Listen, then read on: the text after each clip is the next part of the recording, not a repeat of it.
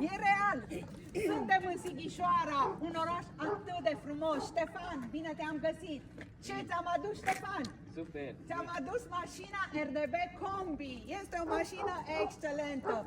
Cea mai nou sosită camioneta noastră RDB Combi are o putere maximală de 1500 de W, are 72 de volți cu 58 de amperi și 4 locuri, are 2 locuri foarte faine în față, 2 locuri individuale, este foarte încăpătoare, are și o bancă în spate. Da. Și ce e ea? Deci ea este de practic camionetă pick-up. De ce?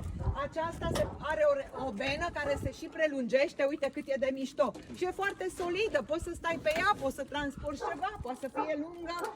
Știi, ai un produs lung, îl pui în benă. Este excelentă, culoarea este foarte frumoasă, alb cu negru, îi dă așa o eleganță. Cum îți place? Super, da. E frumoasă și da. mă bucur foarte mult. Stai și într-o zonă faină, deci uite acolo vezi cetate, aici este ce e? Gara de la Sighișoara. Foarte frumos, Ștefan, îmi place, să o folosesc sănătos, mă bucur mult. Să ai grijă de ea. Ce faină!